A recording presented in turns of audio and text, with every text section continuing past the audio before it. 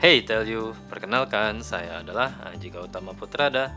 Saya adalah dosen pengampu organisasi dan arsitektur komputer.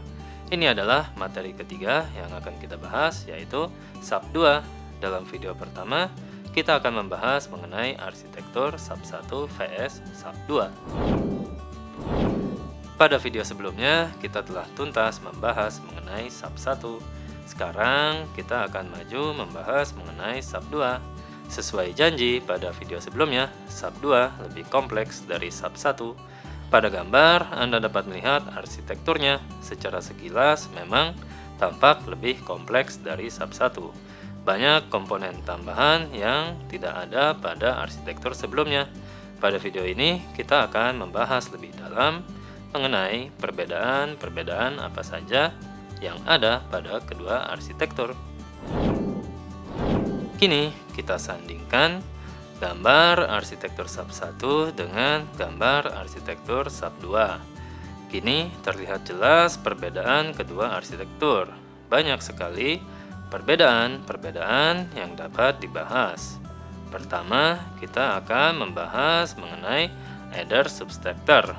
Pada SAP 2 tidak ada modul tersebut. Yang ada adalah ALU. ALU adalah singkatan dari Arithmetic and Logic Unit. Arithmetic adalah penjumlahan dan pengurangan.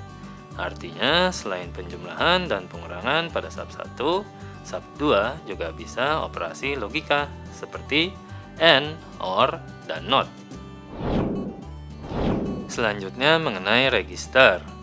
Register adalah tempat penyimpanan bilangan atau operan yang beroperasi saat itu juga.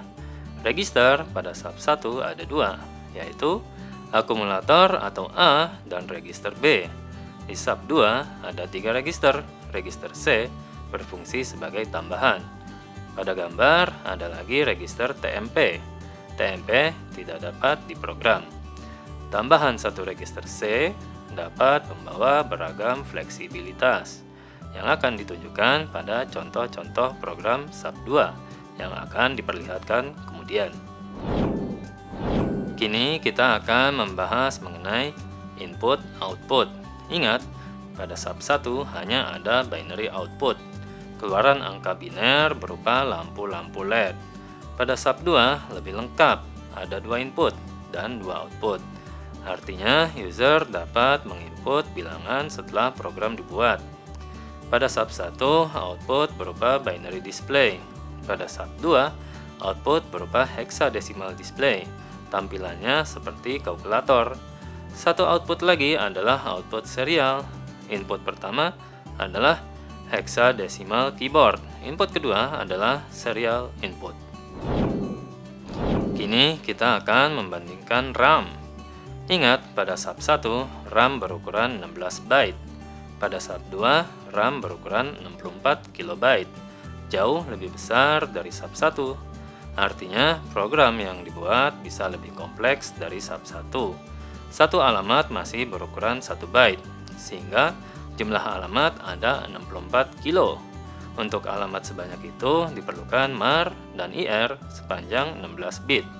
Pada SAP 1, RAM dan IR berukuran hanya 4 bit.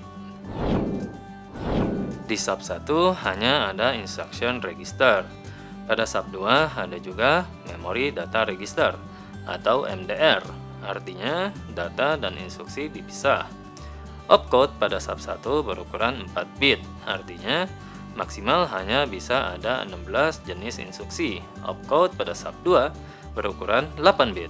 Artinya bisa ada maksimum 256 jenis instruksi pada SAP 2.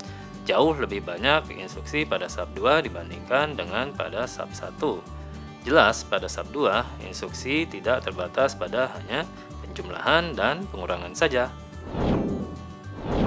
Itu adalah akhir dari video pertama. Terima kasih atas perhatiannya. Sampai jumpa.